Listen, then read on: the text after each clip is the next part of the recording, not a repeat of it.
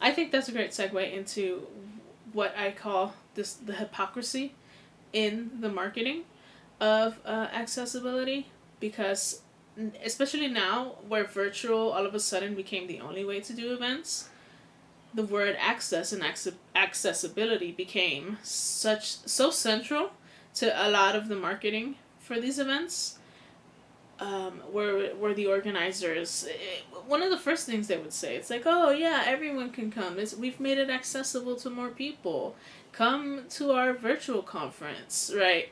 Um, and it just rubs me the wrong way. Do you know what I mean? Yeah.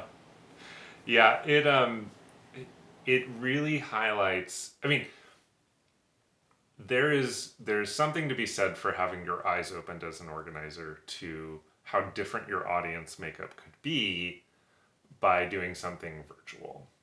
But to then position that as, oh, look how great we are, now more people can attend, gets into a really sticky situation because here you are, you've been organizing an event in person, and you haven't thought about this before.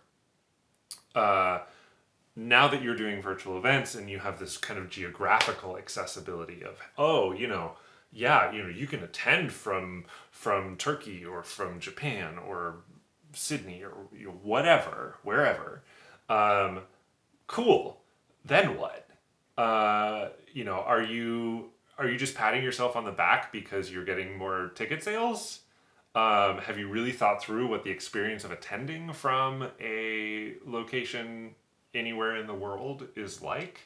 And then what happens when you inevitably go back to in-person events? Are you then excluding those attendees because it's no longer convenient for you?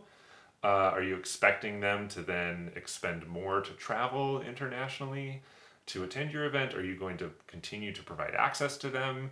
For like, is that a commitment that you're making? Is it we're always going to do virtual events because our international community is important? Like, this opens up this whole can of worms, and what it results in, from a marketing standpoint, is that hypocrisy where you're touting the benefits of your virtual event without really factoring in the implications or seeing how this could end up deterring people in the future, which is the anti-accessibility. Yeah. Like all of a sudden, everybody for over a year, all of a sudden was an accessibility warrior, an accessibility champion, which it's not even true, because just because it's online does not mean that it's accessible to everyone. We Right. already talked about captions, but we can talk about platforms, event platforms. How many event platforms are just straight up not accessible to Yep. most people? Um, and then oh yeah, I'm like, yay, accessibility. But now that we're going back to in person, I'm already seeing people, groups, companies that have completely abandoned the online hybrid aspect of events, and all of a sudden got nothing to say about accessibility. And and we will see it as more things open up, as more things get back to quote unquote normal, as we can do more in person things. The hypocrisy becomes even more glaring, and it just sucks. It's I Yeah. hate Yeah. it. Don't do it. Don't do it. If Yeah, you can so don't do it. easily peel back a marketing line and say, but is this really? And you start to ask yourself, well, okay, is this just a marketing line? Like, there's your first sign that like you're not thinking this through correctly.